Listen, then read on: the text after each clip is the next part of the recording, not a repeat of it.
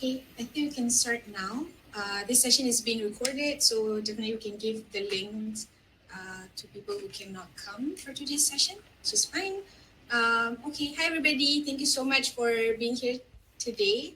We're having our September community call, and today is very special because we're going to have a peer sharing session with Emmanuel from Oceanus Conservation in the Philippines, and it's going to be on bioacoustic data and also AudioMoth.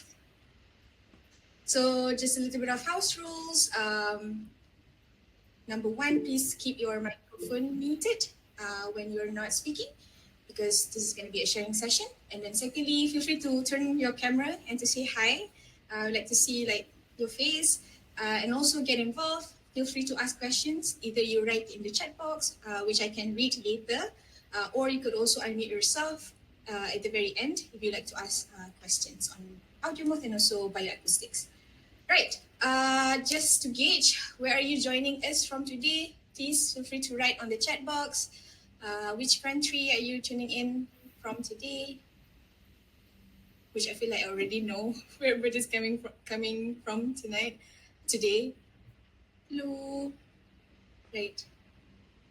Okay. Next, a quick vibe check. Which one are you? Please send in the chat box a number. Are you a 1, 2, 3, 4, 5, 6, 7, 8, or 9? How are you feeling today? A 2. Okay, a 2.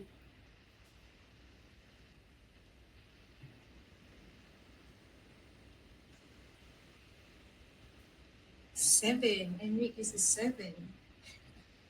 Right. Anyone else? Julius is a 1 trying to escape. David is a 6. Right. Okay. Hello, David. Emman is a 5. Right. Okay. Thank you so much for sharing. Oops. So before we start with Emman's session, I'd just like to have a bit of introduction to bioacoustics. And this is actually a video that has been published on our GainForest social media, along with Oceanus Conservation as well. So I think this is a really simple way to understand bioacoustic, I feel. So let's watch the video. Bioacoustic sensor. It's kind of like a radio channel. Oops. So every animal has its own radio channel, and this audio you can record 24/7. The Spotify How do you do a this? playlist of nature, and you can then detect the bird is singing, when it's the insect is singing, when Technical problems. Let's try to find it on. Let's try again. it's a bioacoustic sensor. It's kind of like a radio channel. So every animal has its own radio channel, and this audio can record. It's a bioacoustic sensor. It's kind of like a radio channel. So every animal has its own radio channel, and this audio can record 24/7 the Spotify playlist of nature. And you can then detect the bird is singing, when it's the insect is singing, when other bats are singing. And then we can also measure the activity over time. And it measures without seeing it, because we just need to hear it.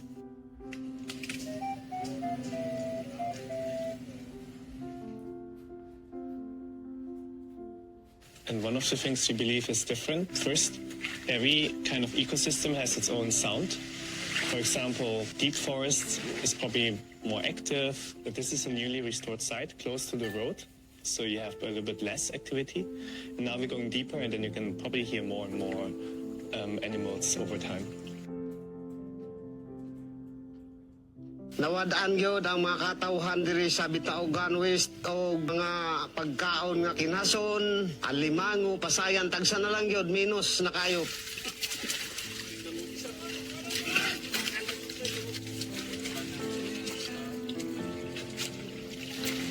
Pero karon murag nibalik-balik na ang kuan sa kaning alimango mga kinason tungod nining gihimo nga pagpananom og mangroves.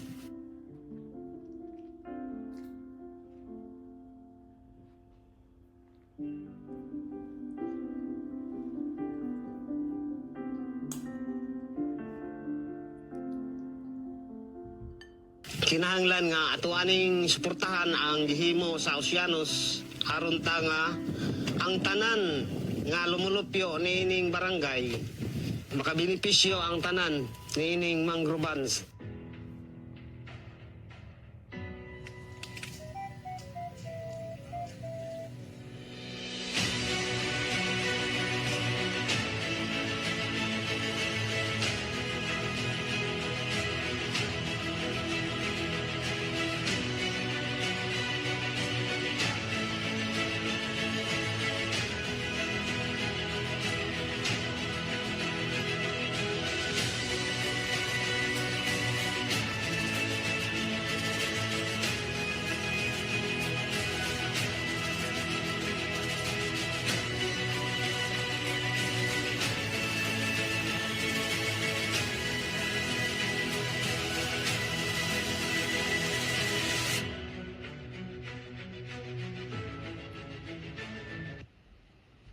Right. Okay. So essentially, like what David has mentioned in the video, bioacoustics is literally the study of sound patterns in natural environments. So every animal has their own sound frequency, and they're like very different, and that's how we kind of like detect their presence or their absence, and the ecosystem health in general. For example, if you have more sounds in a particular area, then probably it's healthier, right?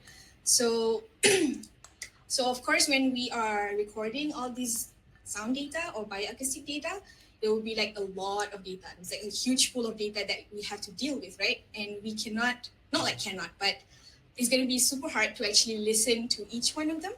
And so that's why this is where AI comes into the picture.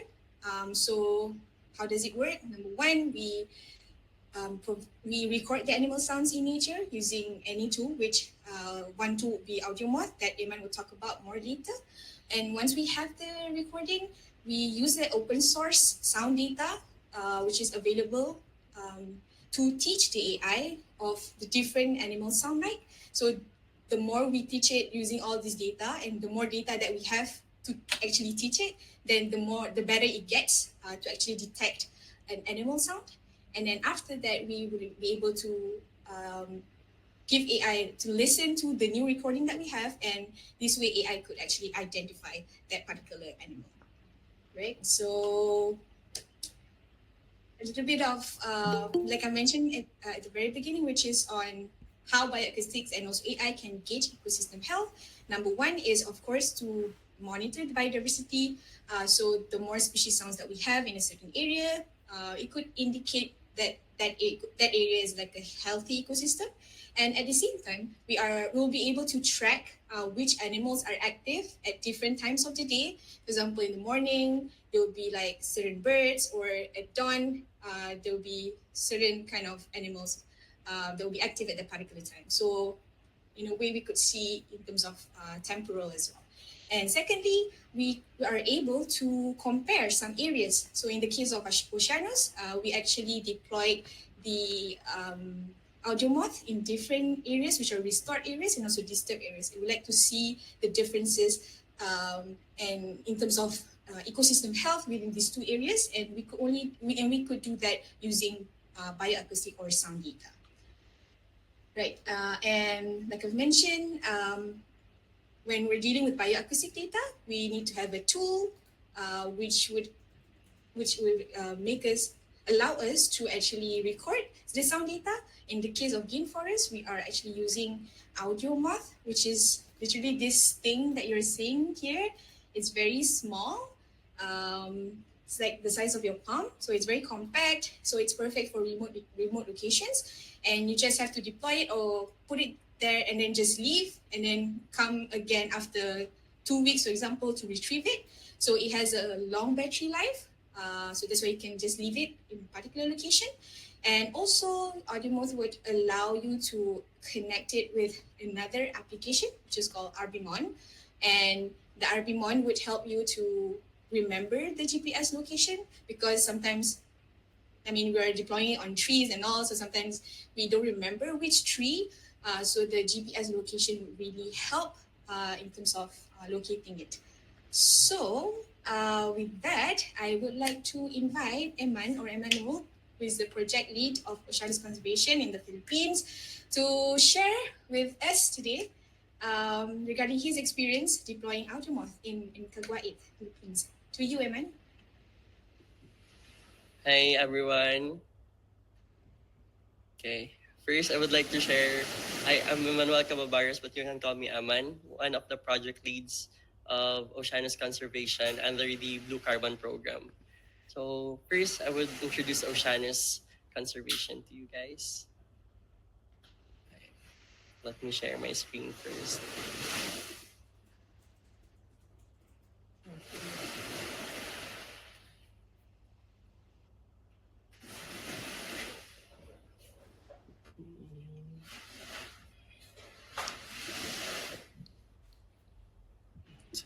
Do you want me to help, or do you want to do it yourself? Okay. Hi, Fatin, would it be okay for you to share? Yes, sure. I have it with me Thank now. you. Let me... Who is in the ocean?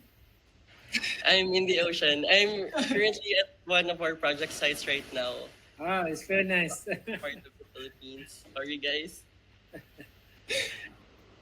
Okay. Okay, next slide, please. So, Oceanus Conservation is a non-stock, non-profit environmental organization that was established last pandemic because because of the pandemic and the lack of focus of the environment. The board members of Oceanus Conservation decided to create and come together an organization to bring back the restoration and protection of blue carbon habitats here in the Philippines, especially the undervalued and unprotected sites. Next slide, please. So our mission is to protect and restore blue carbon habitats and the surrounding wildlife. That's why we are also partnering with GainForest, who has aligned with our mission also. So we believe in sustaining biodiversity in order to provide ecosystem services such as food security for the Filipino people and also ecosystem services in terms of the environment. And our vision is to harmonize technology to achieve sustainable development goals for the benefit of the Filipino people. And also, we really emphasize this. We are a data-driven conservation organization that engages with multi-stakeholder to address national priorities. So these are our programs in Oceanus Conservation. So first, we have the Blue Carbon Program, the Ocean Education and Biodiversity Research. For the Blue Carbon Program, we have 3 activities. We have the mangrove restoration and conservation, the training for citizen science for mangrove and seagrass monitoring, and also the community-based ecological mangrove restoration in 5 communities here in the Philippines, and recently, we just finished this community-led mangrove and migratory bird conservation. So, focusing on the restoration and conservation efforts. So here in the ASEAN region, there has been a loss. There has been a great loss of mangroves from 1980s to 2020s because they have been converted into aquaculture ponds. That's the main reason of the loss of mangroves here in the ASEAN and also here in the Philippines. So what we do here in Oceanus Conservation is train and engage with communities and local government units to revert these abandoned fish ponds that has been underutilized and unused. So these areas were previously mangrove areas that were converted into fish ponds. but because of the lack of production and also financial issues with the owners, with the leasers of these fish ponds, they have decided to abandon these sites and just left it there. So us in Oceanus, we find these sites and connect with the local government units and other agencies to revert this abandoned fish pond into a mangrove area. And our end goal is for the partner communities to have a sustainable livelihood aside from the mangrove restoration. But our focus also is merging aquaculture and also the mangrove restoration, which is then will be the aqua silviculture production in mangrove areas. So these are our project sites in the Philippines. So Aringay La Union in Luzon, this is already a successful restoration, and we're planning to expand the restoration efforts by next year. And we also have in Bais City, Negros Oriental, where we had our migratory bird and mangrove conservation. And for Caguait, Surigao del Sur, and Cabasalan, Zamboanga, Sibugay, and Kabasan, Zamboanga, Sibugay, we have the mangrove restoration and conservation, and hopefully the establishment of aqua silviculture for the livelihood. Then in Busuanga, Palawan, we just finished this last June through an ocean summit where we conducted a biodiversity assessment in 5 villages in Busuanga and assessed their vulnerability to climate change. And in Siargao Island, we had the youth camp for the youth of Siargao. So for our ocean education program, we have outreach and advocacy.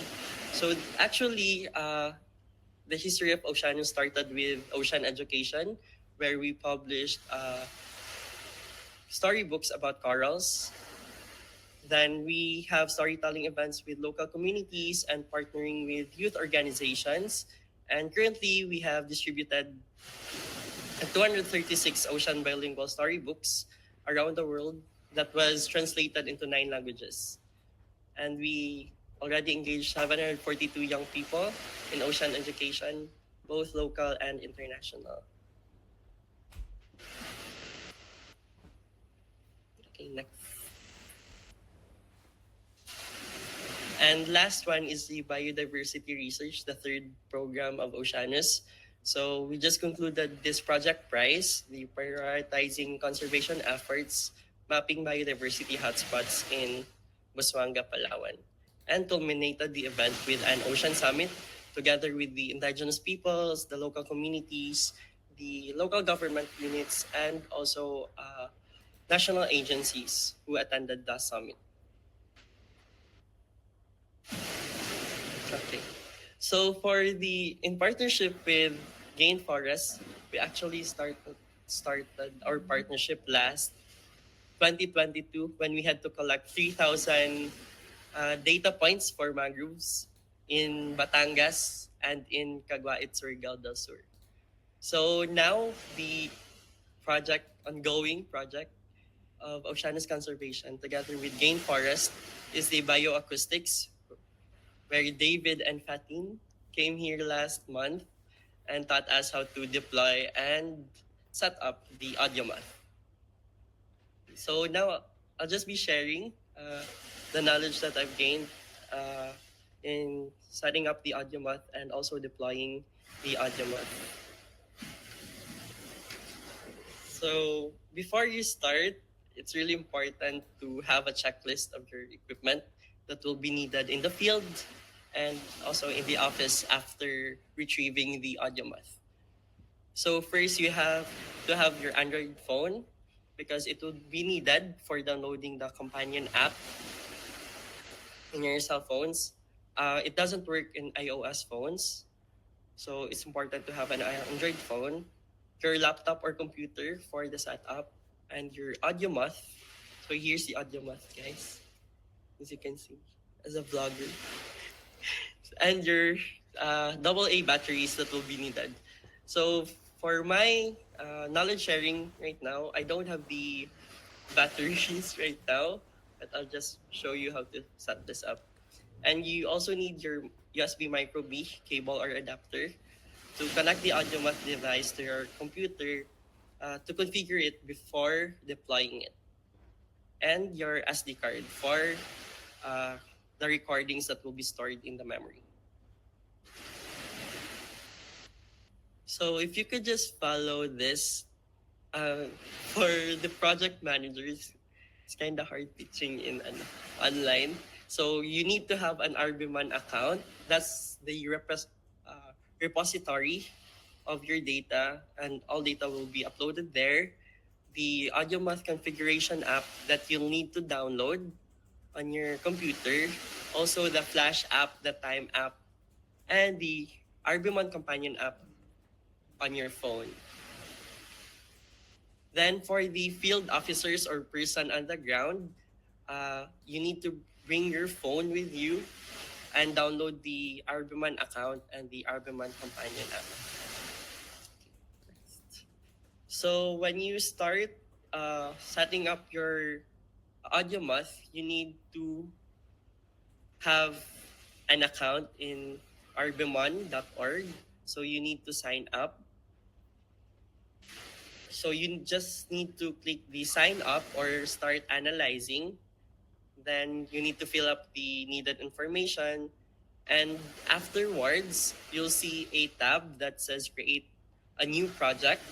Then you have to fill out the form and click the create project after you have filled out the form. So for us in Oceanus Conservation, we use our project site name for our project and the start date, and we just click this and as an ongoing project for us to upload other data. Okay, next. Then to set up your AudioMoth using the AudioMoth configuration, there are 3 applications that you need to download. First is AudioMoth configuration, AudioMoth Time app, and AudioMoth Flash app. So make sure that you have installed these 3 apps on your laptop or computer before configuring the AudioMoth device. Then, for this to be turned on, you need 3 AAA batteries. Next slide. Then once that you place the 3 AAA batteries, you need to connect the AudioMoth to your laptop using a micro B cable or adapter. Then you have to ensure that all the 3 apps are open on your computer when the AudioMoth is connected to your laptop. So for the first configuration, you need to open the AudioMoth Flash app. Then in the app, click on the latest firmware version and download it. So this is what the AudioMoth app looks like this. So you have to click the download for the latest version. Then when prompted, click Flash AudioMoth to install the firmware. So once we're done with the Flash app, so we're gonna open the AudioMoth Time app. So when you open the AudioMoth Time app, you have to set the time. So you're gonna see the correct time here in the upper part to see if the time is correct or not. So that so that there will be no issues with your device and your recording. And also for this, it's time for you to name your device. So what David taught us is to get the first 2 numbers in the device ID part, then the last 2 digits or values in the device ID, so that it's easier for us when we retrieve this and when we upload our data, we have the correct we match the correct device to the files. So for example, it's kind of long, the 24, this number, and we just write that in a masking tape and tape it here in the device. So instead of this longer one, the device ID is 24E7. Next. So once we're done with the second app, the Flash app, we go to the configuration app. So we open the configuration app, then we go to the recording tab, as you can see in the slide. Then we choose the 48 kilohertz. So these records are birds, bats, insects, and other sounds. Then when we go to when we go down, you'll see the sleep duration. So that so you need to set it into 4 minutes, the time that it will rest, and you need to also set the recording duration into 1 minute. So in every 5 minutes, it records 1 minute of sound and it rests for 4 minutes. So this would be suitable for a 2-week deployment. So you'll record a lot of sounds during this deployment. Then after the recording tab, just beside the recording tab is the schedule tab. Then you need to start recording by 12 midnight and end for 1 day recording and at 12 midnight also. So it's a 24-hour recording for continuous recording throughout the day. So it rests 4 minutes and records 1 minute of sound in your side. Then after the schedule tab, you go to the advanced tab. So always require acoustic chime on switching to custom. So you'll know also that your device is working once you hear a chime when you configure it on your phone. So you need to tick that one. They always require acoustic chime on switching to custom. Then after all of those has been done, you need to click the configure AudioMoth. Okay. So after configuring your AudioMoth, you also label the SD card with the same ID that you've placed here on your device. So it's gonna be a smaller masking tape that you'll attach to the micro SD card. Then you need to insert the card here. So you can see here. Insert the card here until you hear a click sound. Then you're ready for deployment. So you have to also test before deploying to your site. You need to test your AudioMoth. So after completing the steps, test your AudioMoth to make sure it can record. So there are actually 3 options here: the custom, the USB or off, and the default. Here. Yeah.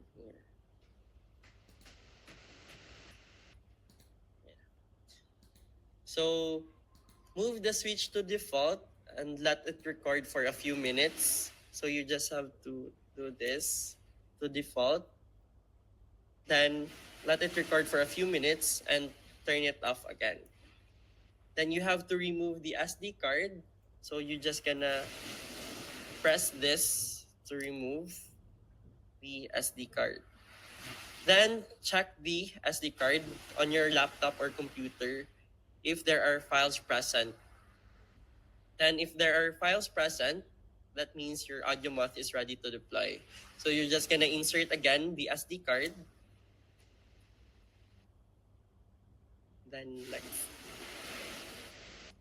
Then you're ready to deploy. So in deployment, you need to download the RBM1 companion app in your phones, right? So there So in the laptop or the RBMon website, you'll see your projects there. And the projects, when you have the RBMon companion app on your phone, you'll also see the projects there. And also you'll see a base map on your cell phone. So when you deploy, you need a waterproof case because this will be damaged uh, if it gets wet. Then, if available, use a camouflage case to help it blend with the surroundings. And also, secure the AudioMoth that it would not be stolen. And also remember to, uh, to make sure that the placement of the AudioMoth is high enough that it won't be submerged during high tide. So when you deploy before, sorry.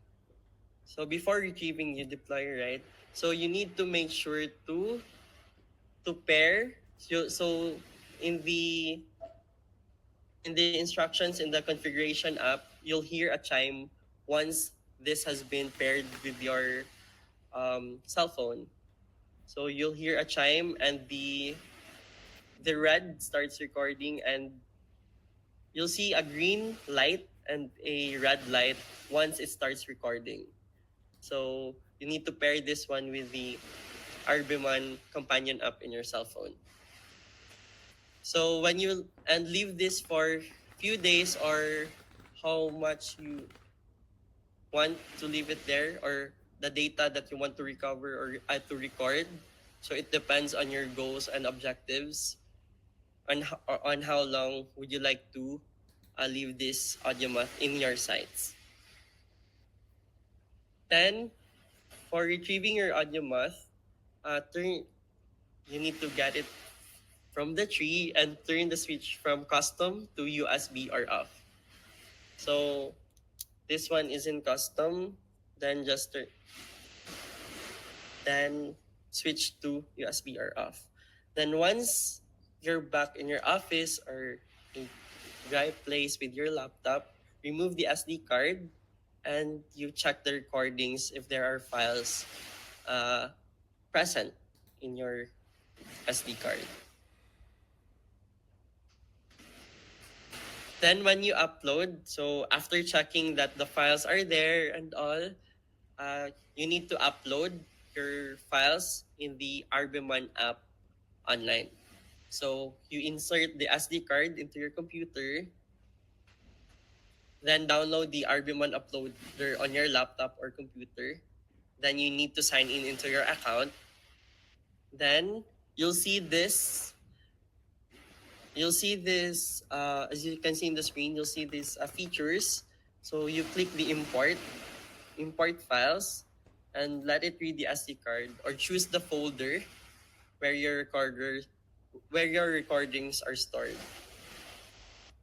So the uploader will also display the project and the site name where the AudioMoth was deployed. So you already created this project name before when you set this RBMon online, and you can see the site name also. So once you can see the project name, the site name, and the file that has been uploaded, click import and start the upload to transfer your recordings to RBMon afterwards. Then when you check your uploaded files, you need to log in again to RBMon website and go to your project dashboard. So you can see here, so the internet here in Caguayat is quite bad. So I can see the recordings when I screenshotted this file. So you can see your recordings here, the number of recordings, the number of sites created, and all the data that has been recorded from the AudioMoth. And you can now view visualizations for each sound afterwards. I think that's it. Right. Okay, thank you, Eman. A very comprehensive explanation on how to deploy the AudioMoth. Does anyone has any questions regarding Oceanus, regarding Eman's? Yes, Pak Juliandi. Feel free to unmute yourself. Yeah, thank you very much for. Can I ask about the equipment if we put in the forest? Maybe some animal can touch or bring somewhere. Can we identification to where they're going or they're missing from the stand position, and then we can identification where they're going or we can find again or after that they're missing uh, the the equipment. So the AudioMoth. David, do you want to answer this? But I think if it's lost, then it's lost. Yeah, So, yeah, it's in the loss. I mean, yeah. I can. Yeah.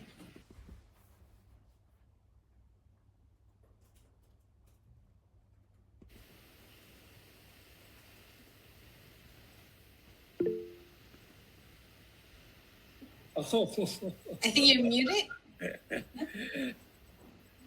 yeah. Maybe Emmanuel can answer or some not. Yeah. If the AudioMoth is lost, right? So actually, before deploying, you need to assign. For us, we use an app, the Locus GIS app, as a reference for where we placed the AudioMoth. But if it's really stolen, Yeah. I think it can't be recovered anymore.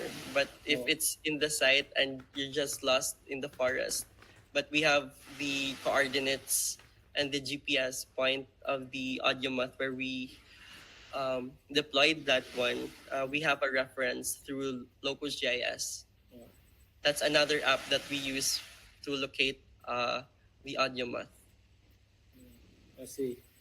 It is mean is we cannot find again and we cannot collect data from that equipment if they Yeah. are missing. And also one tip that I've learned, when you place the audio, because it kind of camouflage with the surroundings, right? So Yeah. when you have a waterproof case, use neon colors so that it will be easier to locate within the forest because of the contrast of the colors.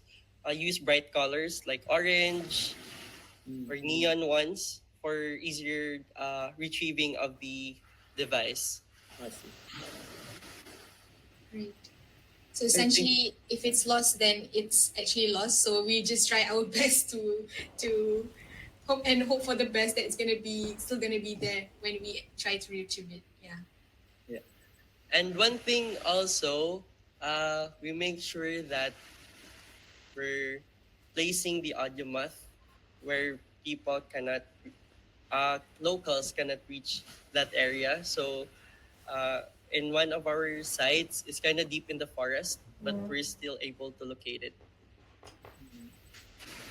Yeah, I think for the human, maybe if we say to them, maybe they understand. Yeah, but for the animal in the forest, we cannot say don't touch or warning or so on. Yeah, and then in the forest, many animal can, if they making they interesting to see or to take it or for the broken or so on, we cannot say. Yeah. Okay. Thank you very much for the information. Interesting. Thank you. It's such a good point, Pak Juliandi. That's like one of the risks. Yeah. Yeah. Yeah. Any other questions regarding Oceanus, their work, or AudioMoth or bioacoustic data in general?